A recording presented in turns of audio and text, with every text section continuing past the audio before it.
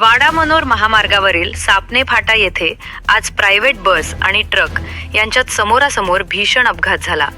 या अपघातात दोन्ही वाहनांच्या ड्रायव्हर बाजू मोठ्या प्रमाणात दाबल्या गेल्याचे समोर आले। या दुर्घटनेत बसमधील ड्रायव्हर व क्लीनर तसेच ट्रक चालक किरकोळ जखमी झाले असून त्यांना तात्काळ वाडा ग्रामीण रुग्णालयात दाखल करण्यात आले। उपचारानंतर सर्वांना डिस्चार्ज देण्यात आल्याची माहिती मिळाली आहे। अपघातानंतर काही काळ या मार्गावर वाहतुकीची कोंडी निर्माण झाली होती। स्थानिक नागरिकांच्या म्हणण्यानुसार या सापणे फाटा परिसरात यापूर्वीही अनेक अपघात घडले आहेत। रस्त्यालगत कंपन्यांच्या वाहनांचे पार्किंग मोठ्या प्रमाणात होत असल्याने समोरून येणारी वाहने दिसत नाहीत आणि त्यामुळे अपघाताची शक्यता वाढते।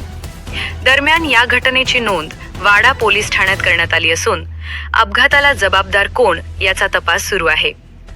संबंधित वाहन चालकावर गुन्हा दाखल करण्याची प्रक्रिया सुरू असल्याची माहिती पोलिसांकडून देण्यात आली आहे।